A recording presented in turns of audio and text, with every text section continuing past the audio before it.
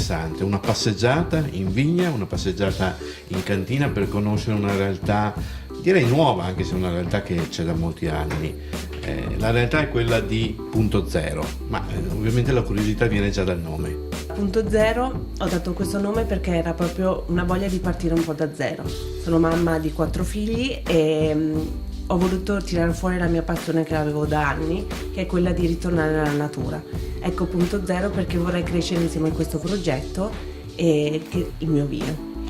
Un progetto che veramente è interessante perché in qualche modo racconta un territorio che è quello dei Colli Iberici, un territorio spesso non così attenzionato dai media, che però veramente sentivamo questa mattina dal punto di vista agronomico ma anche dal punto di vista della nascita di queste colline di origine vulcanica è molto interessante. Questo aspetto del terreno va direttamente nella vigna e poi nel vino.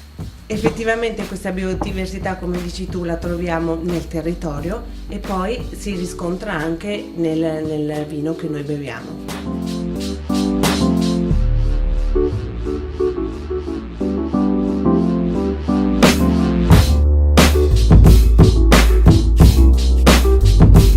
Abbiamo visto che nella degustazione i vini che voi portate in tavola sono diversi, andiamo dai bianchi fino ai rossi più complessi.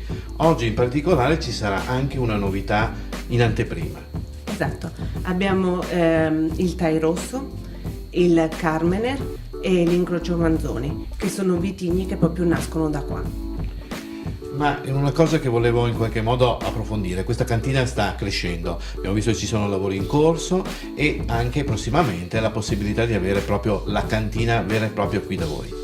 Assolutamente, grandi novità in Punto Zero.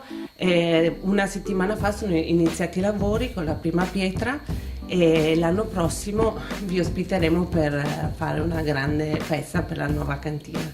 Bene, quindi non ci resta altro che attendere questo invito e rivolgiamo l'invito anche ai nostri spettatori di andare su internet e cercare la cantina Punto Zero. Assolutamente, vi aspetto.